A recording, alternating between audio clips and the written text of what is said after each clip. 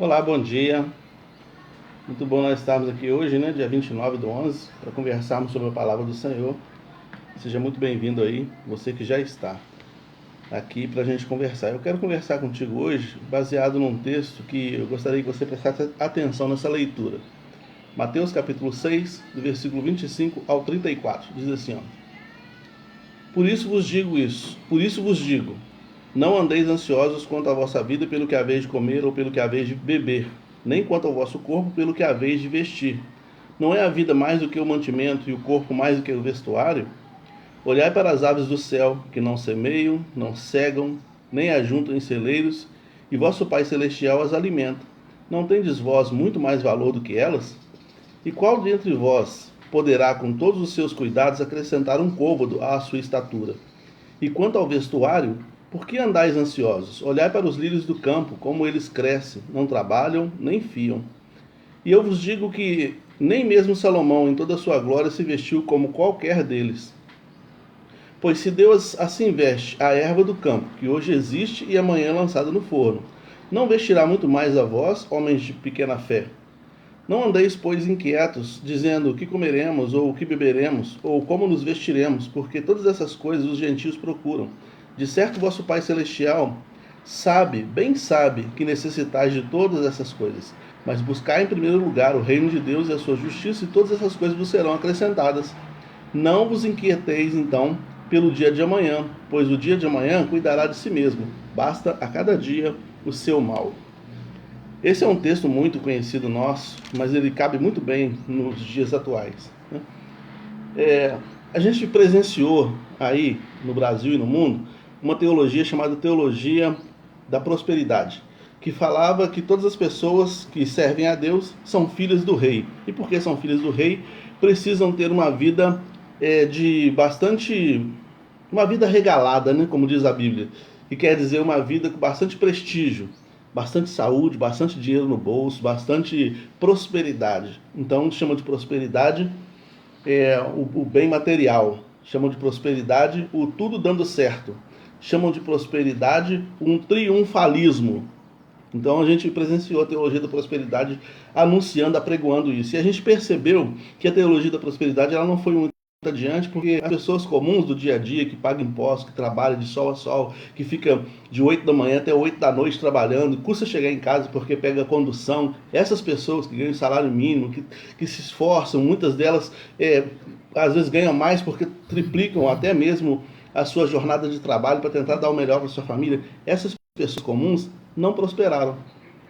Então, as igrejas começaram, os pregadores da teologia da prosperidade começaram a perceber que essa teologia não funcionou para todo mundo. Funcionou para quem pregava.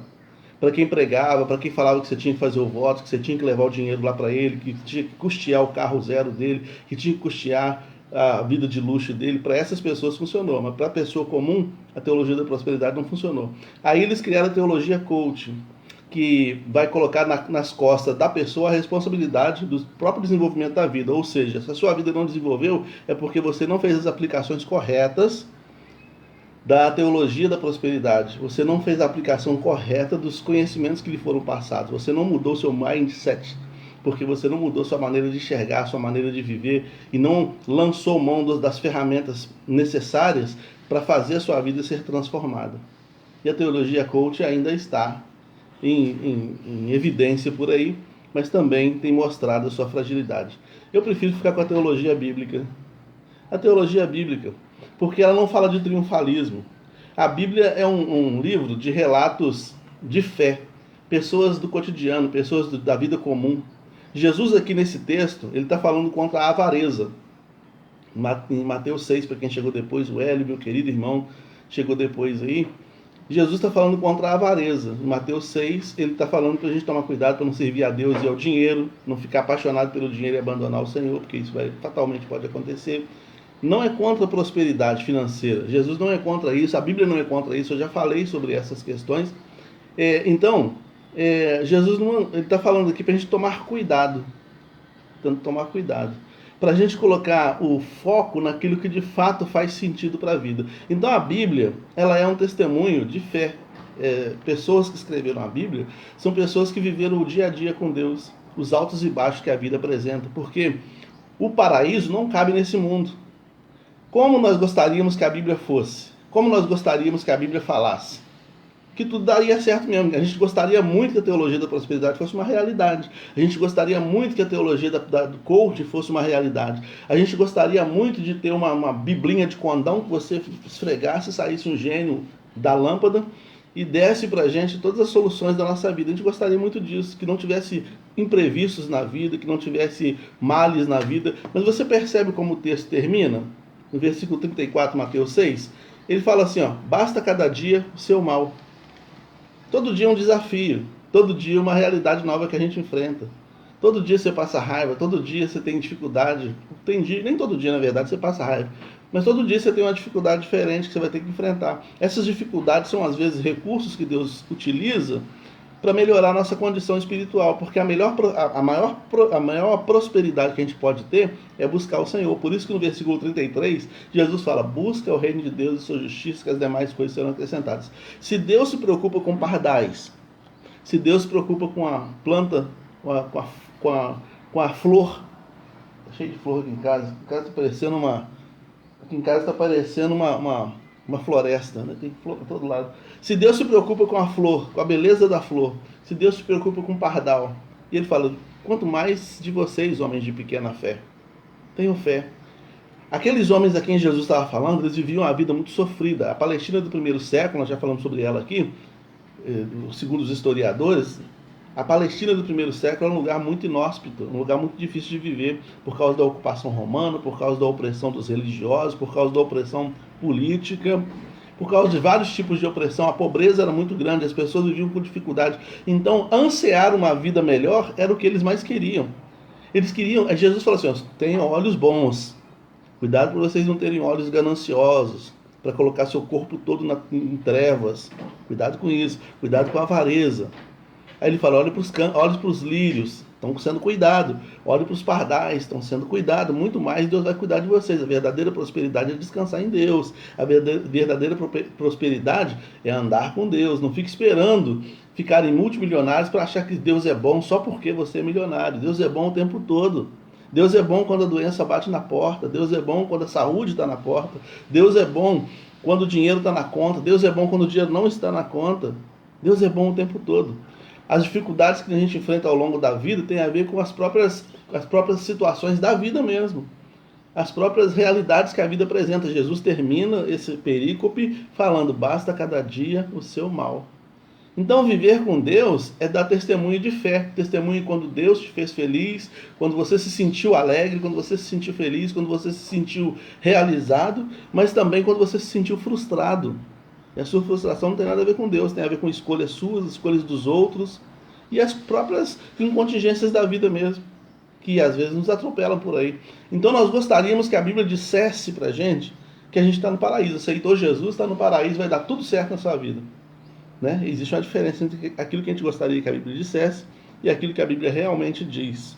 O que a Bíblia realmente diz é, no mundo tereis aflições, mas tenha bom ânimo, porque eu venci o mundo. E eu estarei convosco até a consumação dos séculos. Tenham bom ânimo. E isso não é uma teologia pessimista. Essa é uma realidade da vida. Na sua vida você comprova isso. Seja sincero, tudo dá certo na sua vida? Tudo dá certo? A conta bancária está explodindo, a saúde está explodindo, a família está tudo certo, o seu emocional está tudo equilibrado, está tudo em dia, está tudo tranquilo, a sua espiritualidade está em alta, está tudo ok mesmo contigo? Sério mesmo? Dá uma analisada aí para você ver. Pode estar tudo bem hoje, mas amanhã pode não estar. Não estou nem profetizando uma coisa ruim para você, não. Só estou falando que a gente tem que estar preparado para andar com Deus do jeito que Deus permitir que a gente ande. Entendeu? Se você esquecer tudo que foi falado, é isso. A gente tem que estar preparado. Jesus falou isso aqui. Olha, eu estou convidando vocês para virem comigo. Ele está falando do Sermão da Montanha. O Sermão da Montanha é o sermão do céu, né? É o cidadão do céu. Ele tá falando, olha, o reino dos céus é isso. O Sermão da Montanha, ele tem a importância...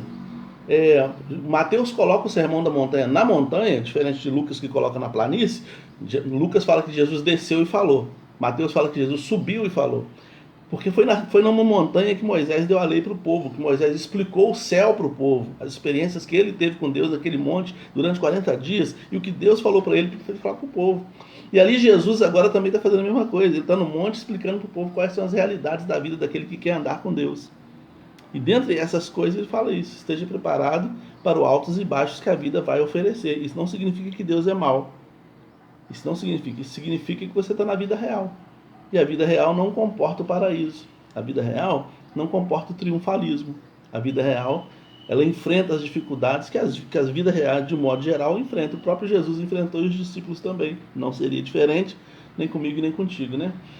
Mas a gente tem a certeza de um Deus presente no nosso cotidiano. Ele mesmo fala: o pão nosso de cada dia nos dá hoje. Necessidade básica de todo dia, né? Ele fala sobre isso. Você já sentiu a presença de Deus em momentos difíceis da sua história? Momentos em que você pensou que talvez Deus tivesse te abandonado, e você faz aquela oração a Ele e de repente você sente a manifestação, a presença dEle. Deus está presente na vida dos pardais, o texto fala. Deus está presente na vida dos lírios dos campos. Está presente na sua vida e na sua história também, meu irmão. Então, os desafios são oportunidades de a gente conhecer um pouco mais de Deus, de ver Deus trabalhando de maneira diferente na nossa história. Os desafios servem para isso, né? E nesses desafios, Deus nos fortalece, Deus nos aprimora, Deus nos orienta. Entende? Então, Jesus apresenta para nós aqui, não a teologia coach ou a teologia da prosperidade, ele apresenta aqui a teologia real, a teologia bíblica, a teologia do dia a dia, sem triunfalismo, sem métodos, sem superstições, sem barganhas, né? A gente às vezes tem muita barganha, muita superstição. Se eu fizer isso, eu vou atrair isso. Ou então, eu vou atrair o favor de Deus se eu fizer isso. Se eu fizer um jejum, se eu fizer aquilo. Como se a gente pudesse convencer Deus a fazer o bem pra gente, né? Isso é mandinga, né? Quando eu falo isso, Senhor, se eu fizer isso, eu dou aquilo. Se eu fizer aquilo, eu faço aquilo outro. Jesus ensinou que as coisas não funcionam assim. O povo do Antigo Testamento pensava assim. No Novo Testamento isso não tem muito sentido, né? Então a teologia que Jesus apresenta, ela não tem triunfalismo, não tem métodos, não tem superstições. Eu tenho que tomar cuidado, senão o diabo, se eu deixar isso aqui acontecer desse jeito, o diabo, eu vou deixar o diabo entrar na minha vida, eu vou ficar amaldiçoado. Se você ficar amaldiçoado, você não aceitou Jesus ainda. Jesus é a quebra de todas as maldições, não é isso? Então é isso. O que Jesus nos oferece é triunfo espiritual. Somos mais do que vencedores no sentido espiritual, né? Uma vez aceitando Jesus, eu tenho certeza garantia de que eu vou para a eternidade. Mas enquanto neste mundo aqui, vou passar os altos e baixos que essa vida oferece. Com Ele, não sem Ele. Não sem Ele, entendeu? Então, Jesus apresenta aí a teologia pura e simples, né?